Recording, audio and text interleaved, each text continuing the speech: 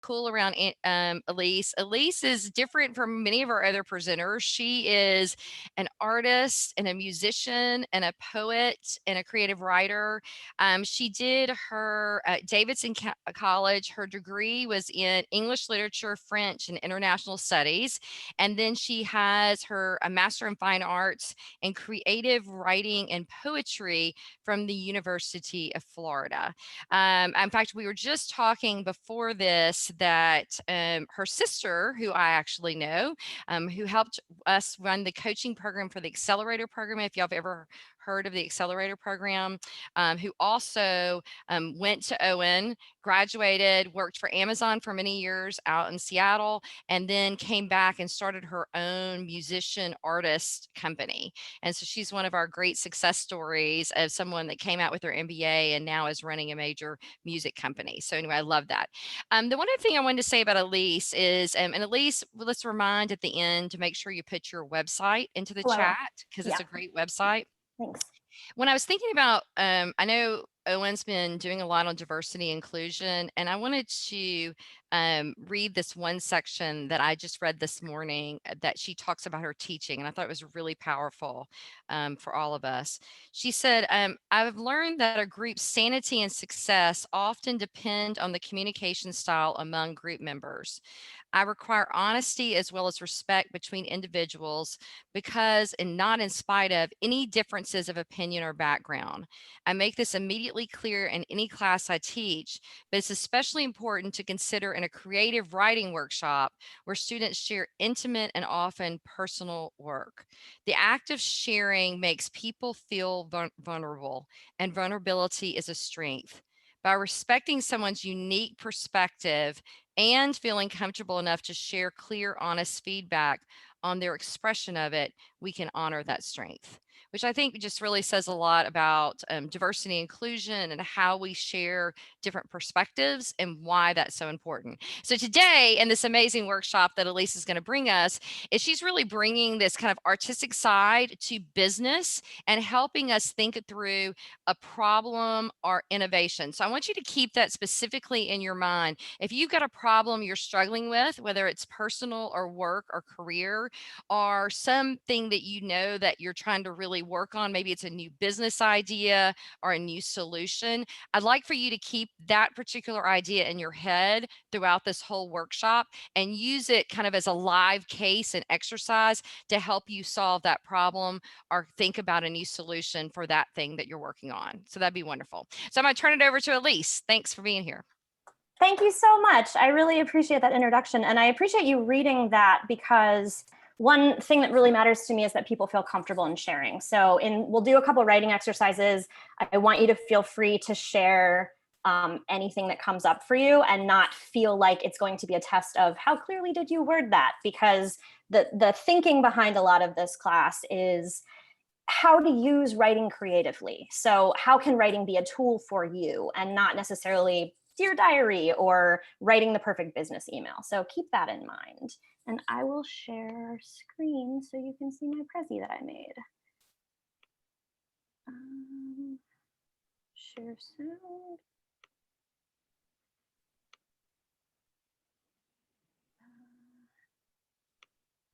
Okay. Can you guys see the screen? Yes. Okay. Okay. And you can hear me. Good. Okay. So innovating and problem solving through writing. This is a little bit from the blurb. Regular writing practice can enhance your ability to focus on relevant detail and your ability to connect disparate ideas. Like I said, I want you to think of this as not just how to write, but how to use writing creatively. The plan for this workshop, brief rundown, we'll discuss what creativity is because I think it's an important thing to start with. It's something that I think about a lot. It's something that I teach a lot, and it's something that is incredibly important to business, but maybe not something that people take classes in or study. We will learn 3 new methods for enhancing creativity and problem-solving abilities through writing. So to start, I ask this in a lot of my classes because the answers are usually interesting. Maybe this is something you think about a lot. Maybe it's something that's never crossed your mind, but I'm curious, if I were to ask you your definition of creativity, you can chat it in or you can unmute yourself and call it out. But I'm curious if anyone has their own succinct definition of what creativity is. How would you define it?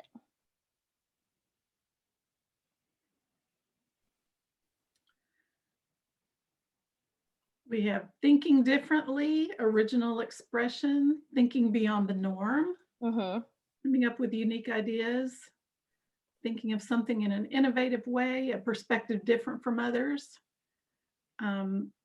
seeing what could be and not what is, challenging your typical ideas, imagining the future, ability to connect and expand on previous ideas.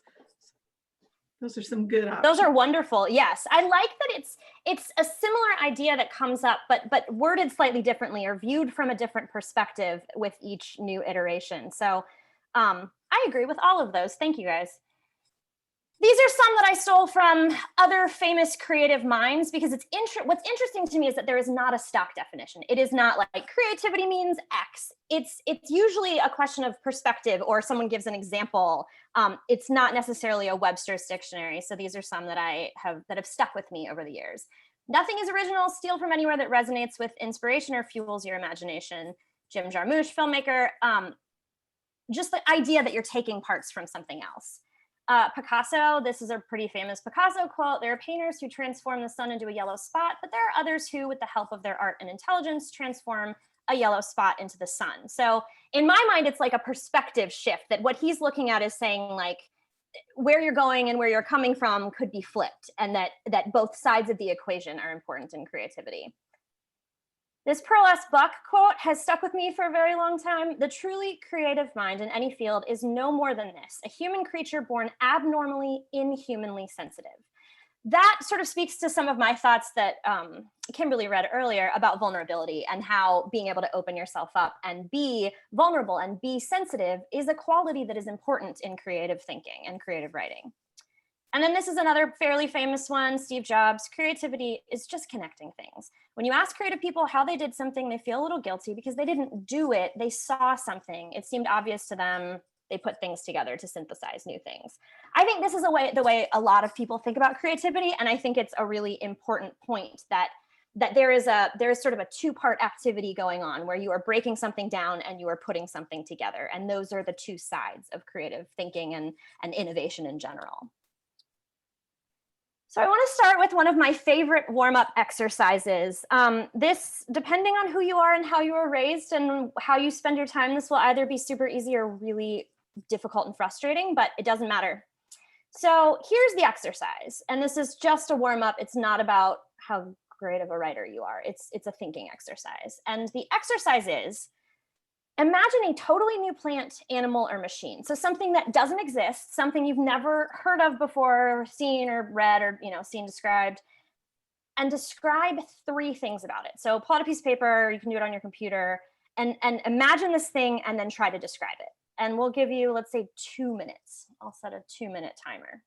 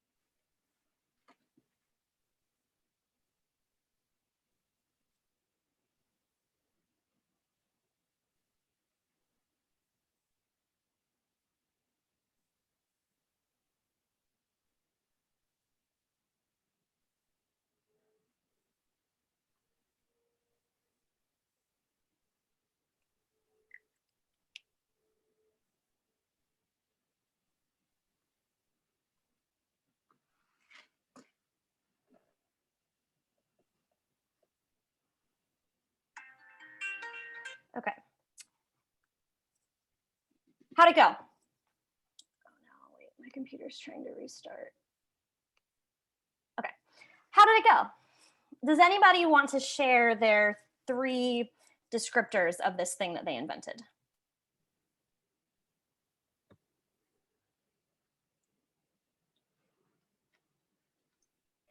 I can share. Okay. What do you got? So I have an arm coming out of its forehead. It's squat and it has fuzzy white fur. Thank you. And thank you for being the first to share a very strange thing. I appreciate that. Okay, arm coming out of its forehead, fuzzy white fur, you said? Mm-hmm. And squat? Squat. Mm-hmm.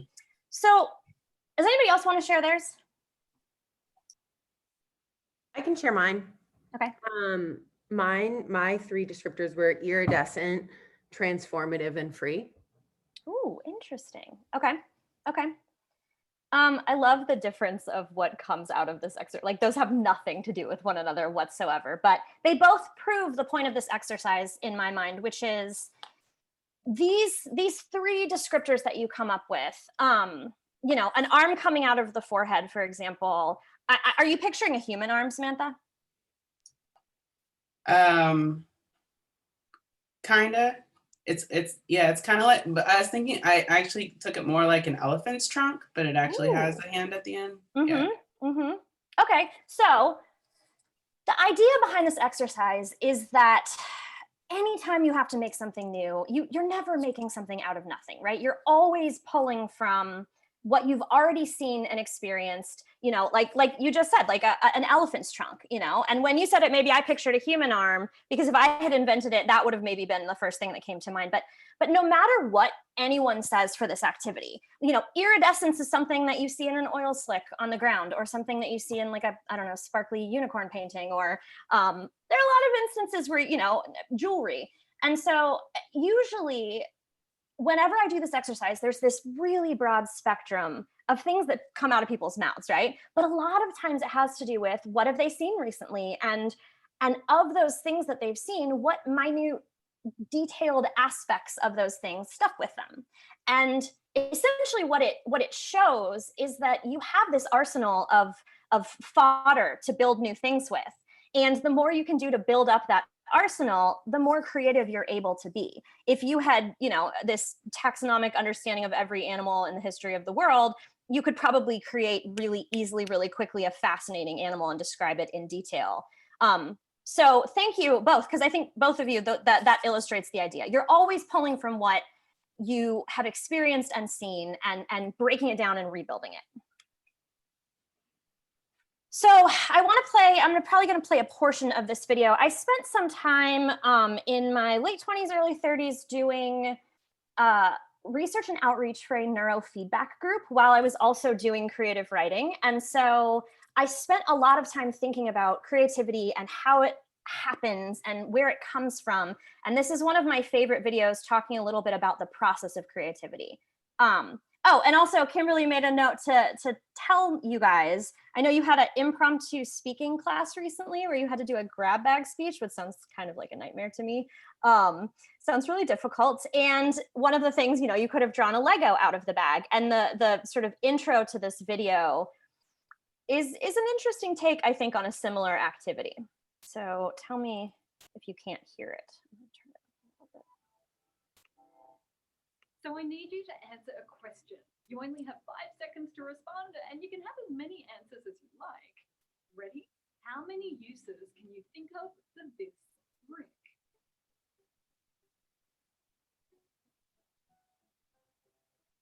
This is an alternative uses test. They're used to measure creative thinking and how flexible people are in approaching a task. Here's one of the tests I prepared earlier. Yeah, you could make very interesting cookie patterns, I guess. You could use it like you would a domino in a Rube Goldberg machine. You could put it in a tin can and make a rattle out of it. Where creativity comes from has mystified us for centuries. Throughout history, we believe creativity was rare and seen in a small elite: professional painters, poets, performers, and musicians.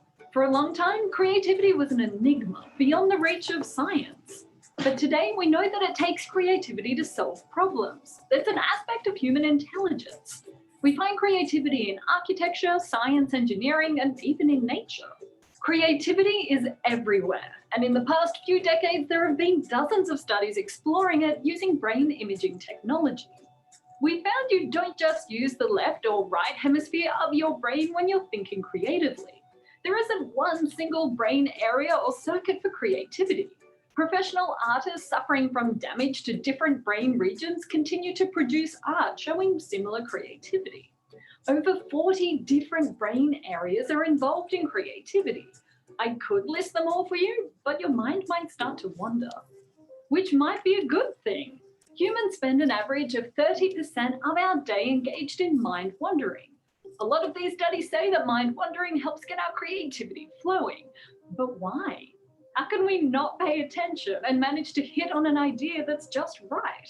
Some scientists think that mind wandering might distract you from your perceived obstacles, or it may allow your subconscious to keep working on the problem without your higher cognitive functions getting involved. Mind wandering may also promote your brain's ability to restructure the way you look at a problem. Perhaps you'll make connections between two seemingly unrelated things and come up with novel, creative solutions. Oh, you could melt it and then pour it into a mold and sculpt something else out of it. Okay, so I can send that video out in the chat if you want to watch the rest of it, but it's the beginning part that I find particularly interesting. And all of that to say a couple things that are important to this lecture and this workshop from that video. First of all, I think a lot of people, especially as they get older and as you get more farther along on your career track, I think a lot of people that run businesses will say like, oh, well, I'm not like artsy fartsy, I'm not creative, you know, that's not how I think. And so part of the point of showing this video is that that's not correct. Like, everyone is born creative. Creativity is a natural thing. And it's something that sometimes changes as we get older, but it's not something that we ever lose or are born without. Second thing is that creativity involves a mix of structure and freedom. And some of the exercises that we're going to do today seem a little free. And I think that it's important to me to let you guys know, I imagine a lot of the writing and the work that you do is strict and complicated, or you do a lot of things where it's like, you know, you have a thing, you have a set of instructions, you do the thing. There's not a lot of room for maybe necessarily mind wandering or doodling or whatever other creative activity might be. So it's important to me to point out that in the same way that, like, if you can't find your glasses and you stop looking for them and you're sort of scan the room and then they show up, it's the same idea that sometimes letting go of that rigid structure of this is how to think about something leads to better, more innovative solutions. And that's basically what I just said. The two aspects of creativity: noticing the details in the world around you and breaking down and repurposing those details to find new ideas and new ways of seeing the world. Cool. So I have, this is how I talk to myself because I'm from a family, long line of entrepreneurs and people who run their own businesses. And then I went to school for poetry. So neat. So how does this relate to business? One of the most important aspects of this idea is that creative writing can be a way of getting around something that is called déformation professionnelle, which, if it existed in English, I don't know the English term for it, but it's essentially a cognitive bias that restricts someone who is a specialist from having a broader view of the world. So, you know, we evolved with a lot of stimulation in the world around us. We evolved, there's a lot going on that our brains are taking in at any given time. Our brains learn to filter out all of the information, you know, the blinking light over here, and only really retain and focus on what is most important to us. But what is most important to us is dictated by how we spend our time and what we pay attention to.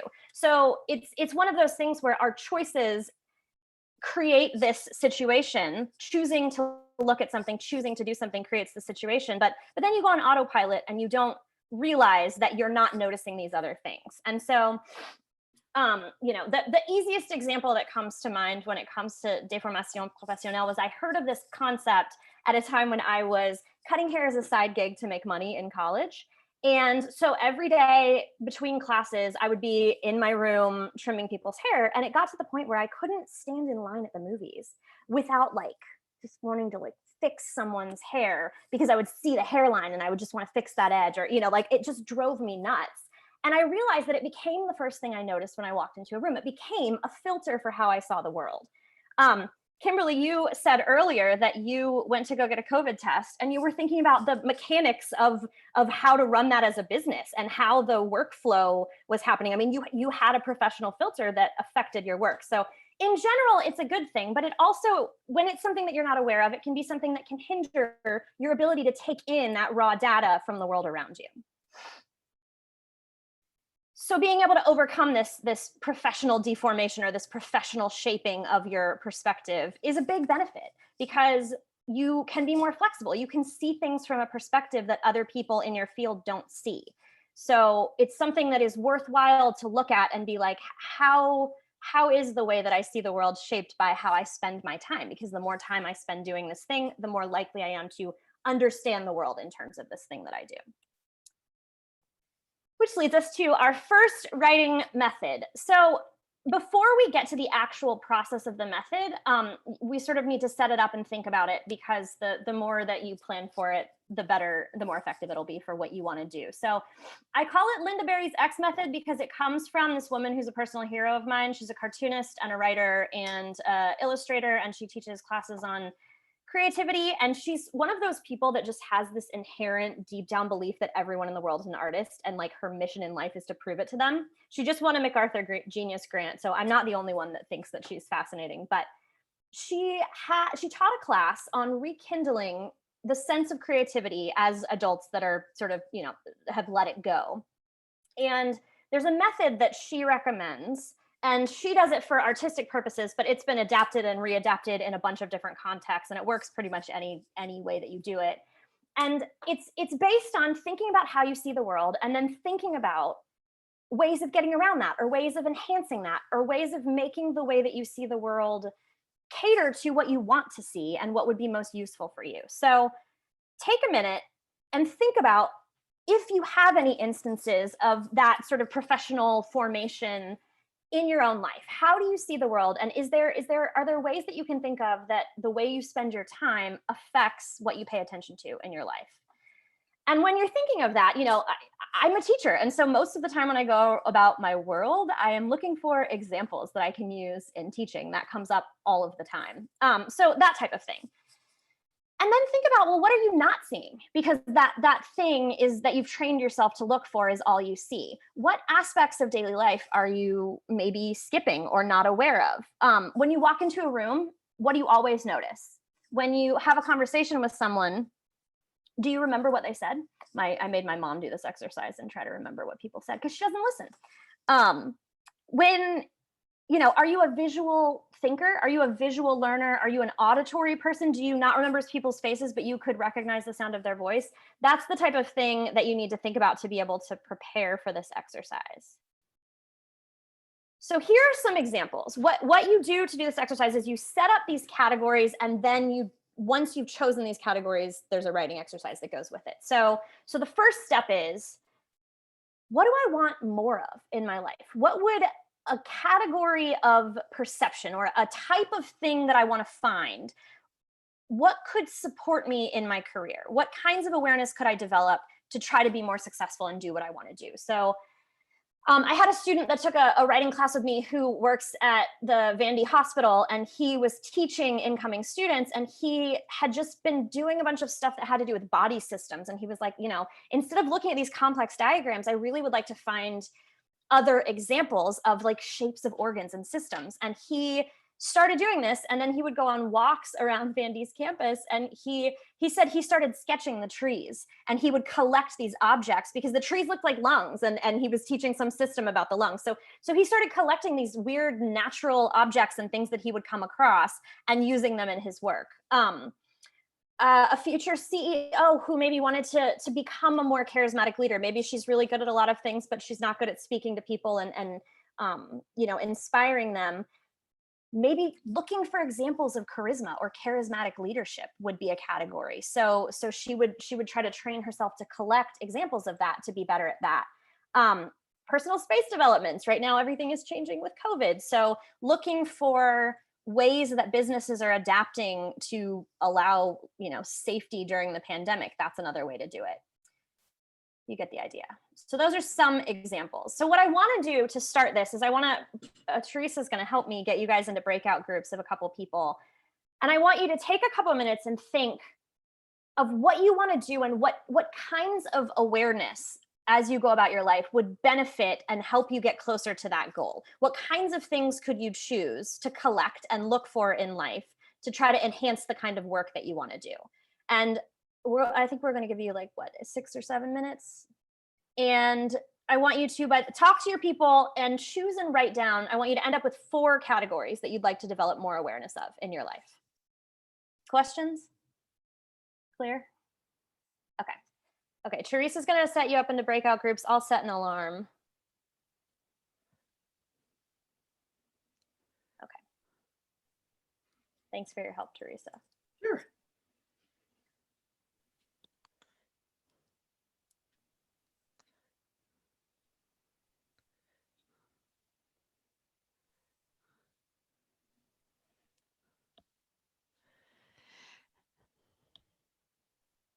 Okay, that should be everybody.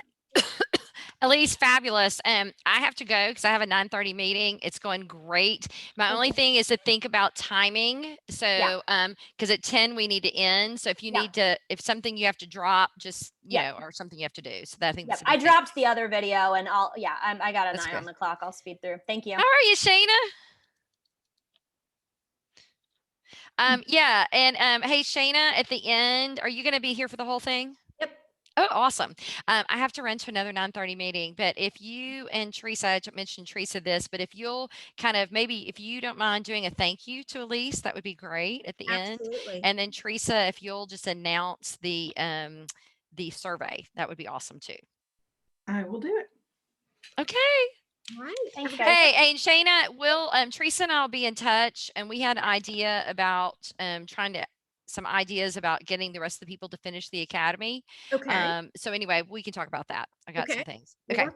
All right. Sorry, crew. All right. You're fabulous, Elise. Thanks for coming. Bye. Bye. Shayna, what do you do?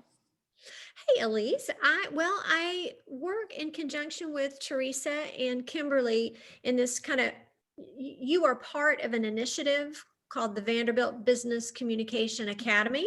It's kind of a mouthful. We just call it the Academy. But the purpose of the Academy is to help the students focus on the quality of their business writing. So you are an important piece in terms of our guest speakers, kind of shedding, interesting light on new and better ways to be an executive writer. And the work that I do sort of is the foundational 2-hour class about executive writing, kind of a 3-step process, very stepwise, organized way of approaching writing.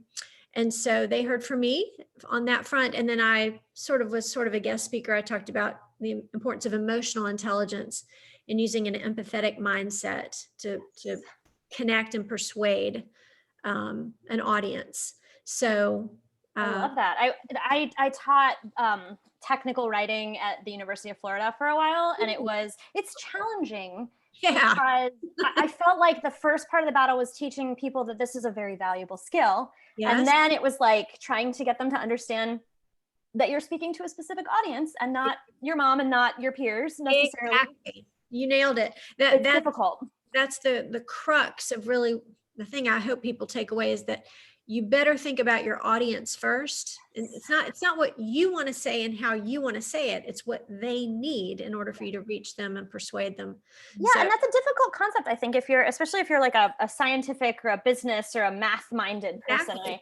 I taught engineers at UF, and it was sort of a complicated. Yes. Yeah. I think you drove them nuts too, because there's so much sort of gray area in writing where they were like, is this right or wrong? And I'd be like, well, you could improve it, but it's not right or wrong. And I think that was difficult. Well, I love your background, both with French and international was it international studies or? Mhm, Yeah. mhm. Yeah, Yeah, it was sort of by accident. I went to France to study abroad, and they had the biggest political uprising from the students that they had had since the 60s, because Sarkozy had changed some law that affected students. And so I had enrolled in the grad schools, but all of them shut down and the students were protesting. And so I ended up writing a series of research papers and making friends and traveling and learning French fluently. But it was completely, I had enrolled in the master's English program in this city to study like post-colonial French lit in English. Yes. And so I ended up coming back, and my school was Davidson was kind of like, well, we're not going to just give you credit. And so I wrote a million research papers and ended up with the sort of weird double minor, because I mean, it's so that's cool what I though. did. I love that. I love the layers. That's so interesting. Yeah, it was And a weird also, experience. Davidson is a great school. I just sort of finished the college visit circuit with not one, but two children, because I have twins. Oh yeah, And I 18. checked out Davidson, and that is such a good school. It is. Yeah. It really, I actually listened to a poetry lecture last night from an old professor who, it's such a small school. Like I'm still in communication with all of my English professors. We're friends. And I think that that's a hard thing to find at a bigger school. But You know, in the same way as Vandy, it's a very homey, good school. It's I can see community. that.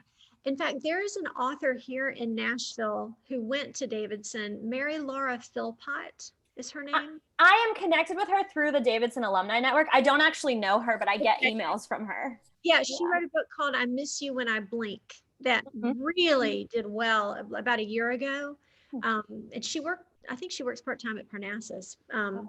But she's an author. In fact, her child and my children were in a play together last night. And Oh, that's her awesome. daughter is very talented. But what are your children into? Do they know what they want to do later? yeah, one is very into science and theater, and the other one is very into like psychology, philosophy, and theater. And they both have applied early decision to Northwestern. So we're waiting to see. That's about as hard to get into as an Ivy. So it is. Yeah, I have a lot of friends that went there. It's a difficult school. So you just kind of go for it. But I mean, they statistically they do have the numbers to get in, but that doesn't mean anything anymore. So we'll just see. Yeah. Yeah. No, I mean, why not aim high? And especially if the program, if you have a good reason for wanting to go there and you know about a program, I mean, it makes sense. Yes, so. The theater, but see, because they like science and humanities, they would never go to a conservatory. They want a true liberal arts intense education, but they just are hoping to have a great theater experience too. So well, and where is Northwest? Is it Chicago? Chicago, yeah. Yeah, I mean, that's a wonderful city to live in for that. It'd be kind of the dream, but again, well, fingers crossed for them. That's exciting. Yeah. Well, and Teresa has twins too. Yeah. So there's just like twindom everywhere. Girl twins, but yeah. That's crazy. Yeah. Mine are There's a lot of grown them up now too. So. Yeah. They're what? Mine are all grown up. My daughter has 2 little boys, so none for my son yet, but yeah, we shall see. She raised them well. They're out there doing their thing. How rare to have two. Oh, okay. So my timer just went off, Teresa. All right, I will pull them back in. Word. They have a minute to pop back. I don't know if you want to do the second breakout or not. I'll leave that up to you. You can just. We had talked about maybe doing another one, but I don't know time-wise. Yeah, I don't remember. Yeah, I think it was just going to be a couple of minutes, but we'll play it by ear and see. I might just move forward with this one and tell them how to do the exercise, because this is one you do on your own. Yeah, that's a good point. But it really works. Yeah, this is great. It stretches everybody. Yeah. It's one of those things that when you tell someone it sounds very simple, but anyone that I know that has done this for at least a week calls me afterward and is like, Elise, this is weird. Like it very much changes the way that you look at things and also your ability to write and describe things. Very interesting. Tell me, I don't know if I can see. Will you tell me when everyone's back? Yes, it looks like we have most everyone back now. Okay. Okay, so for the sake of time, I'm going to say I hope that you were able to find 1 or 2, maybe 4 categories that will help you with this exercise. I want to make sure that I get to showing you how to do the exercise. So this is something that you will do at home. This is not something that we'll do here, but I wanted us to think about the categories here. And it is a journaling practice that you have to do in repetition. So it only works if you do it a bunch of days in a row, because the difference from day 1 to day 10 is drastic. So this is how you do it. Draw an X on your paper. You can do an X or you can do a cross if you want your sections to be square or not. And basically just divide a piece of paper into 4 different sections. Use your categories that you've chosen strategically, thoughtfully, and put them in each category. And then what you do is, as you go about your day, gather things from everyday life and write them down. So say one of my things is facial expressions, because I'm really bad at, communicating with people and I can't tell how they feel. The first facial expression that I see that strikes me, I'm going to try to describe it in that category box. And then I see another one and then I describe it. So you might bring the notebook with you. You might try to make a note in your phone and write them all down later at the end of the night, however you want to do it. This is essentially what your page might look like. So, you get the idea.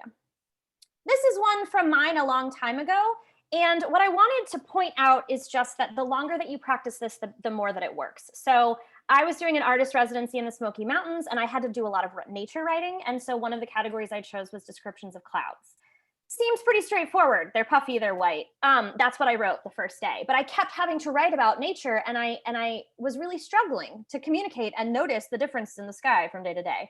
So day 1, I say white puffy clouds. Day 14, I say wispy and thin like sad bangs, or soft looking like noodles that have been sitting in a boiling pot for so long they start to disintegrate. It wasn't just that I noticed the difference from day to day, but also that my ability to communicate and understand the nuances as between different clouds, that grew as well. And so that's something that happens as you go through this activity. So what I want you to do is take your categories and commit to doing this type of journaling for 1 week.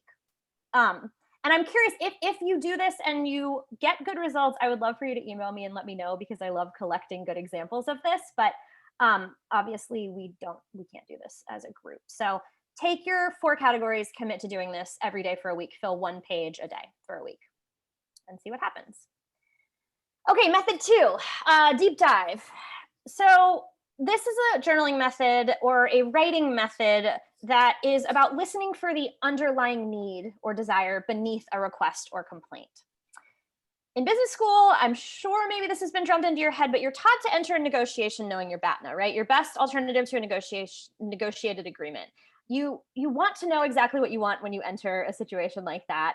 But it's also important to spend time considering what are the deeper desires and needs that are driving those surface level requests. Knowing what is beneath the surface of things that you want or things that you're frustrated by is incredibly valuable, and creative writing is one way to sort of get to them. So here is the sort of rundown of how to do it. You can use this with your own desires, but you can also use this method as a way to figure out what other people want and need.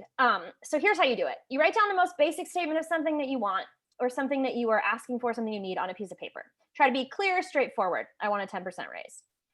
And then step back and say to yourself, why do I want this? What is the sort of underlying desire that is fueling this desire?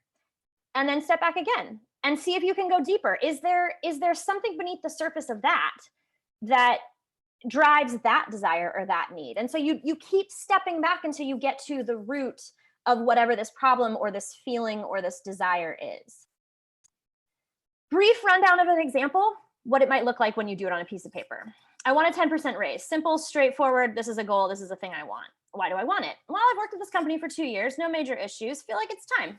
Well, why do you feel like it's time? Well, because I work hard at my job. I want to feel compensated for the energy I put into my work. What's the deeper thing under that desire? I want to feel motivated to continue doing my best. And to do that, oh, I didn't fix that typo. And to do that, I need to earn what I feel is a fair wage.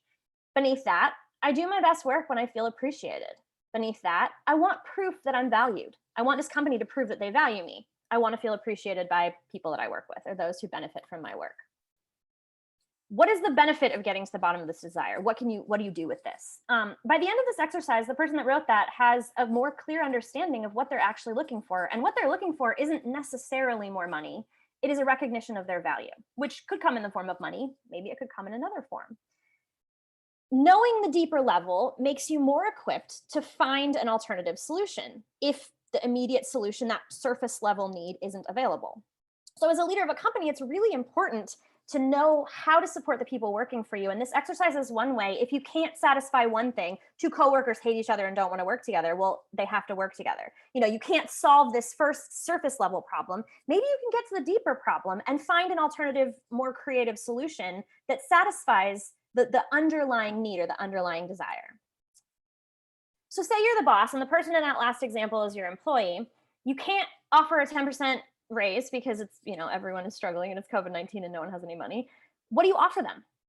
If you know that the underlying need is, I want to feel appreciated and valued, what else could you offer them?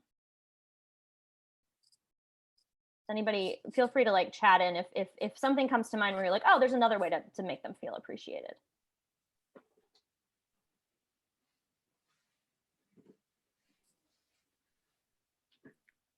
We have a title change, an award. Mm-hmm. Yeah, both perfect examples. So, pretty straightforward, but it's knowing that underlying thing gives you the flexibility to innovate and figure out something more unique. One other thing to keep in mind about this activity and why I think it's useful for sort of understanding and empathizing with people is that two people might want the exact same thing for completely different reasons. So say this is the same person, they also want a 10% raise, but they do this activity. I want a 10% raise because I can't afford where I live. I can't afford where I live because I got a house that's way too nice for my budget. I got a house out of my budget because I'm trying to prove something. I'm trying to prove something because I want the people in my life to feel like I'm doing well. And it sort of goes down to it's not this negative thing. It sort of goes down into the negative. I'm scared I can't pay my rent, but then the deepest part of this wanting a 10% raise has to do with proving and showing the people that care about you that you're okay and that you're thriving. So totally different alternative solutions for this person, right? What alternative solutions would you suggest for a person who also wants a 10% raise, but they want it because they want the people in their lives that they love to see that they're doing okay? Can anybody think of a different alternative solution for that person?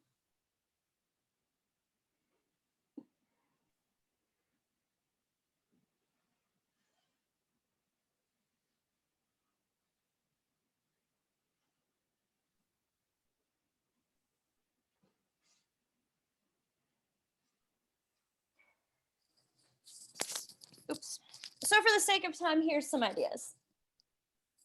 And obviously, depending on the person and depending on the company, you've got options. But knowing that it's about the people that they care about seeing it, a letter thanking them for their work, a way to commemorate their accomplishments, giving them more responsibility, letting them drive a company car, putting them in touch with somebody that the company has worked with that owns a housing, some kind of housing development that might be able to give them a discount because of their hard work. I mean, there's a lot of other options, knowing that deep down it has to do with, I want people I care about to see that I'm thriving. So that to say, two different people who want the same thing, and if all you know is that they want a 10% raise, you would treat them the same way, and you don't have to, and you shouldn't, and this is a way to get around that.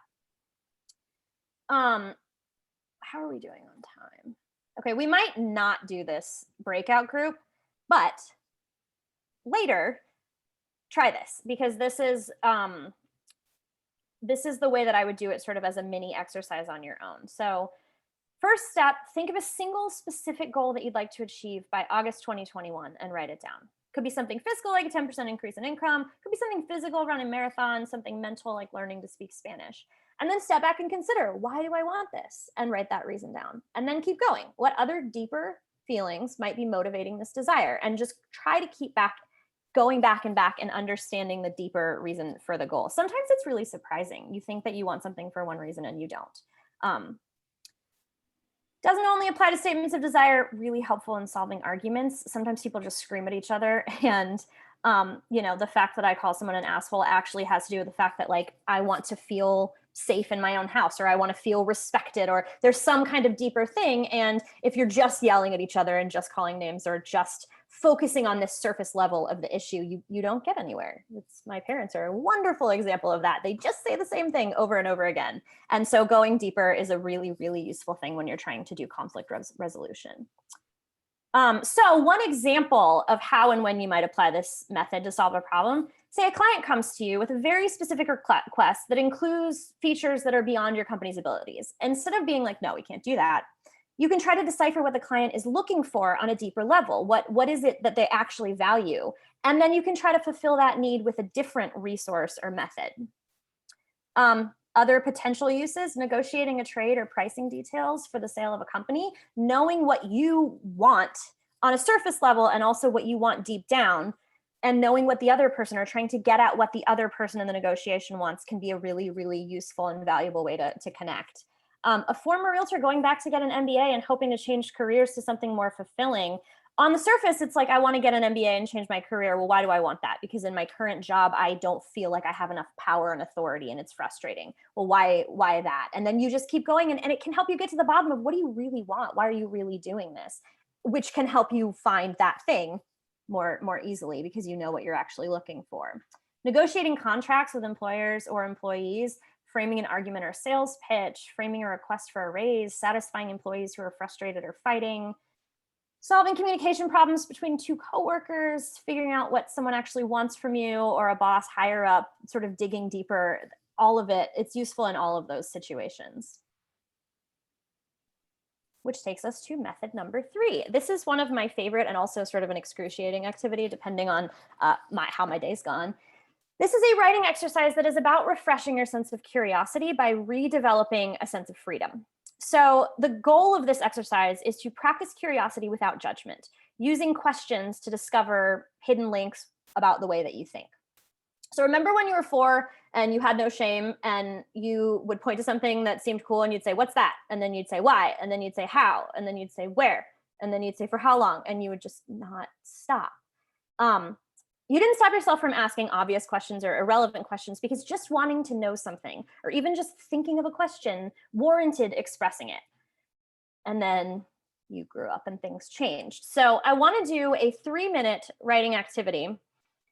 We don't need to do breakup groups. You can just pull out a piece of paper. This one's way better if you do it by hand as opposed to typing, just because the flow of your thoughts works better this way. Think of a problem or experience causing you anxiety or stress and put it at the top of your paper. It could be career-related, health-related, interpersonal, whatever. Write down a single question, and then I'll set a timer. And as you go, you will let your mind wander, but only in the form of questions. So ask a question, ask another question, ask another question. What's very important is, don't judge your questions. Don't try to answer them. Don't try to build a storyline. Don't worry about whether they make sense. Don't worry about whether they have answers. Don't think about what you should or should not ask. Just literally just let your brain flow through questions. I'm going to set my timer now. You have 3 minutes. Go.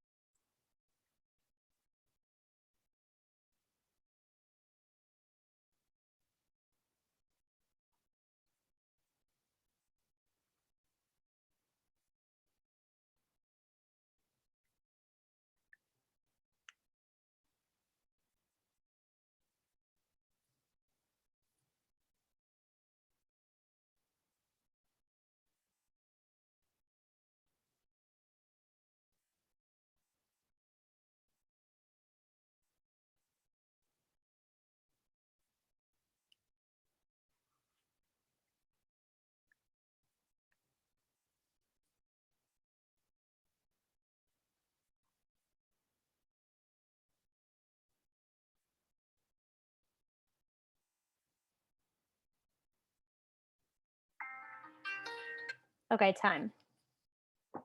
So ideally, and in the handout, you'll have 20 minutes to do it, which you get a little deeper, but I'm curious, how did it go? Was it difficult? I always find this one particularly difficult. And I think a lot of it has to do with the fact that when you're 2, or 4, however you are, when you start to point at things and ask, it's really easy. And then I think as you grow up, you learn that certain questions don't have answers, or you learn that you'll be embarrassed in a business meeting if you ask a question that you're supposed to know the answer to, or you're told to find the answer yourself, or you look stupid, or you're mocked, or whatever. You learn that the answers to questions make you feel more confused. So as you grow up, and a lot of times as you sort of get more mired in whatever it is that you do for a living, you learn what kinds of questions you can ask and which kinds you can't. This is a sample of a friend of mine did this exercise, and it sort of makes you feel stupid as you do it, or at least me. It makes me feel stupid when I do it, because a lot of times I ask things that, like, if someone else saw, I would be incredibly embarrassed, or I ask things where I'm like, oh, this is a waste of time. But then every once in a while, something pops up and it teaches me something about myself. So in this example, a friend of mine who was in grad school and starting her own business kept having this sort of like insecurity, stress thing. And at one point she told me that it struck her out of nowhere, this question about if she had a kid, what would, what color eyes would it be? Or I forget what, but it was something about having a child. And she had this realization that sometimes when she got stressed out at work, she would compare herself to friends of hers who had chosen a different way to live their lives. And that sometimes she would let this pressure build up on one thing. And she was sort of internally subconsciously connecting it to something else. And doing this exercise showed her that that connection exists, because it came out of nowhere. Is there another job where I'd feel less stressed? If I had a baby, what would I name her? That jump from this question to that question was a hint at this subconscious connection that she had. And able to, in order to break down those kinds of connections that we have that maybe we don't know about, you have to be able to identify them first. And that's like one of the earlier steps of creativity, where you're like, okay, what are these forms that I have in my mind where these things are connected that don't necessarily have to be? So that's one of the benefits of doing this exercise. Does anyone want to share either their first and last question or the answer to any of these questions, if you found a common theme or a certain type of question coming up?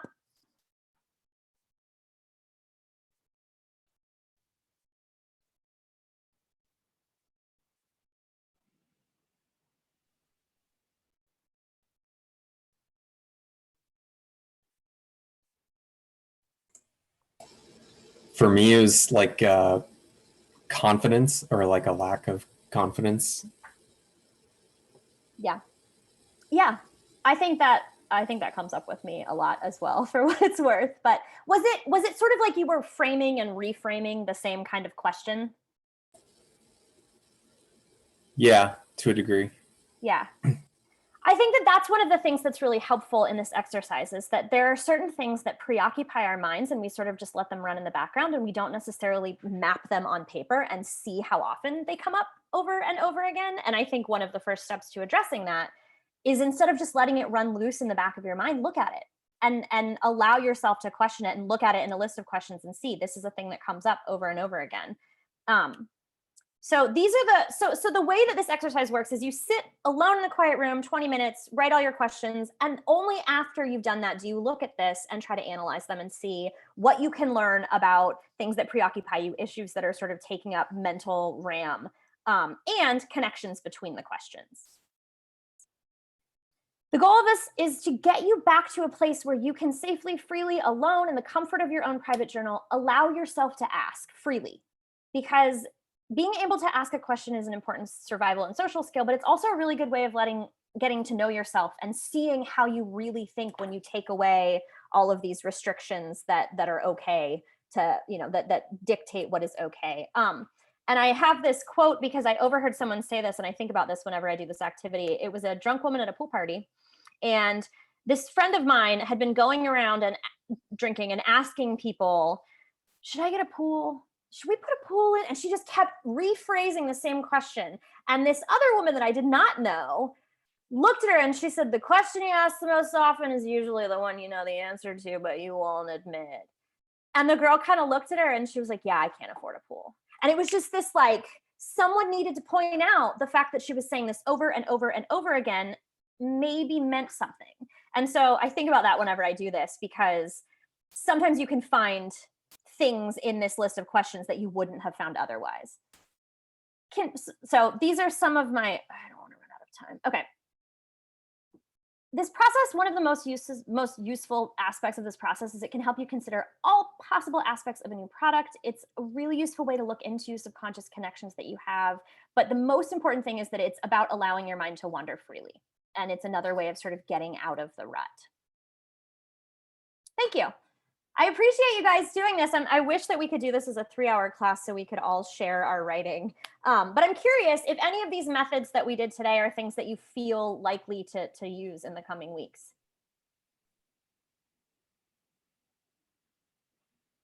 And Elise, I'll jump in and as people want to unmute or write a comment, but I really appreciate what you're sharing here. You're providing another angle for something that will be familiar to all of us listening in today. Because we talk a lot about free writing, so kind of uncensoring, unzip the brain, tilt, and just pour it out. Just to be creative, to get past that feeling of being stuck. Sometimes, procrastination. So there's something really helpful and utilitarian about what you're offering here. And then there's also something that really speaks to me, and for the folks who listen to the EQ hour that I spent with folks, is self-awareness. And really what you're talking about here is helping all of us kind of dig through and pull back the cobwebs and try to really identify kind of the source of what drives us or what we fear, what our vulnerabilities are, what our goals are. And when we have that kind of clarity, that's going to come out in the way we communicate. So I really appreciate this kind of unique, but really sort of expansive idea of how to be a better communicator / writer. Thank you. I appreciate that. It's interesting because I think something happens with questions where it's because it's not a statement. It's not something you're committing to. You're not saying, I think this, I feel this is true. And I think that's part of the reason why questions work. Right. There's also this started, I was friends with a novelist who wrote a novel called The Interrogative Mood, a writer named Paget Powell, and the entire novel is in question form. And as you're reading it, you realize that he's developed this character. You know who this person is and what they care about, but only because of the stuff that's not said between questions. He says, do you like a bird that flaps its wings more or soars? And then the next question is, can you shoot? And it's like, you slowly realize these aspects of this person's personality, that they don't like disorder and it stresses them out. And that's why the shooting came after the flapping winged bird, like little things like that. And so I feel like the more that you do this, you can discover a lot about yourself. Sure. Absolutely. Thank you. Thank you, guys. Thank you, Elise. And I just wanted to point out in the chat, I've put a handout that Elise prepared that details these 3 methods that she mentioned for getting at the root of the question or the issue that you're grappling with. And also there's a link for a brief survey, just a couple of questions that we'd love your feedback about this session. Thanks so much. Have a good rest of the day and weekend. Thank you, guys. Thank you so much. Thank you. Thanks a lot, Elise. This was very Thanks, helpful. everyone. I hope you have a good weekend. Thank you. Teresa, I want to ask you one question. Yes. When is Scott doing visual? Okay, I'm sorry. I thought I hit stop recording and I think I need to